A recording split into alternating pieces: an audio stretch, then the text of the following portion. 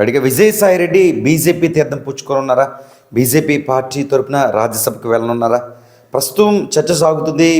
విజయసాయిరెడ్డి బీజేపీలోకి వెళ్తున్నారు. ఇందుకు సంబంధించి దాదాపుగా మంతనాలు కూడా పూర్తయ్యాయి. భారతీయ జనతా పార్టీ తరఫున రాజ్యసభకు కూడా వెళ్ళబోతున్నారు, పెద్దల సభకు వెళ్ళబోతున్నారు అన్న ప్రచారం అయితే మాత్రం ఏపీలో ఒక ప్రచారం అయితే మాత్రం జోరుగా జరుగుతున్న పరిస్థితి మాత్రం నెలకొంది. విజయసాయిరెడ్డి వైఎస్ఆర్ కాంగ్రెస్ పార్టీలో ఒక అగ్రనేతగా కీ రోల్గా ఉండేవారు. గతంలో వైసీపీ అధికారం ఉండడం, అంతకుముందు ప్రతిపక్షంలో జగన్ ఉన్న తరుణంలో కూడా జగన్ వెంట మాజీ ముఖ్యమంత్రి జగన్ వెంట అత్యంత సన్నిహితుడిగా విజయసాయిరెడ్డి ఉన్నారని చెప్పుకోవచ్చు.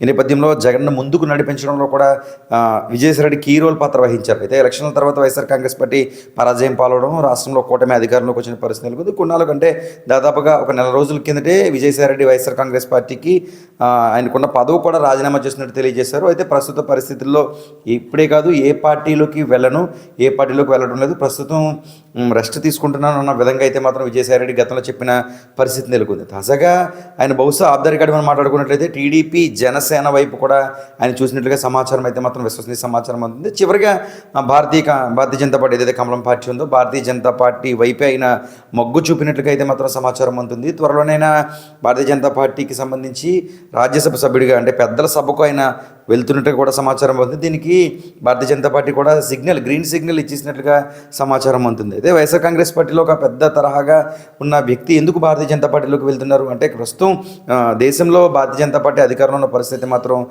నెలకొంది. ఇలాంటి తరుణంలో భారతీయ జనతా పార్టీలో ఉంటే జరిగే పనులు కావచ్చు, అన్నీ కూడా ఒక ప్రశాంతమైన వాతావరణం ఉంటుందనుకుని ముందుకు వెళ్తున్నారా లేక ఏంటి అన్నదైతే మాత్రం ఒక సందిగ్ధ అయితే మాత్రం నెలకొంది. మొత్తానికి వైఎస్ఆర్ కాంగ్రెస్ పార్టీకి రాజీనామా చేశారు. నెల రోజులు ప్రశాంతంగా ఎటువంటి విషయం అయితే మాత్రం బయటికి రాని పరిస్థితి నెలకొంది.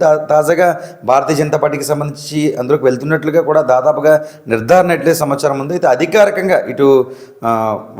అధికారికంగా అయితే మాత్రం చెప్పని పరిస్థితి అయితే మాత్రం నెలకొంది. భారతీయ జనతా పార్టీ నేతలు కావచ్చు, ఈయన కూడా ఎక్కడ కూడా అధికారంగా ప్రకటించిన పరిస్థితి మాత్రం నెలకొంది. ఏది ఏమైనా రాజ్యసభ సభ్యుడిగా భారతీయ జనతా పార్టీ నుంచి వెళ్తారన్న ప్రచారం అయితే మాత్రం ఏపీలో జోరుగా సాగుతున్న పరిస్థితి అయితే మాత్రం నెలకొన్నాయి. మొత్తానికి వైఎస్ఆర్ కాంగ్రెస్ పార్టీ విడినాడిన తర్వాత నిజానికి ఒక పెద్ద దెబ్బ పార్టీకి తగిలిందంటూ కూడా ఒక ప్రచారం జరిగింది.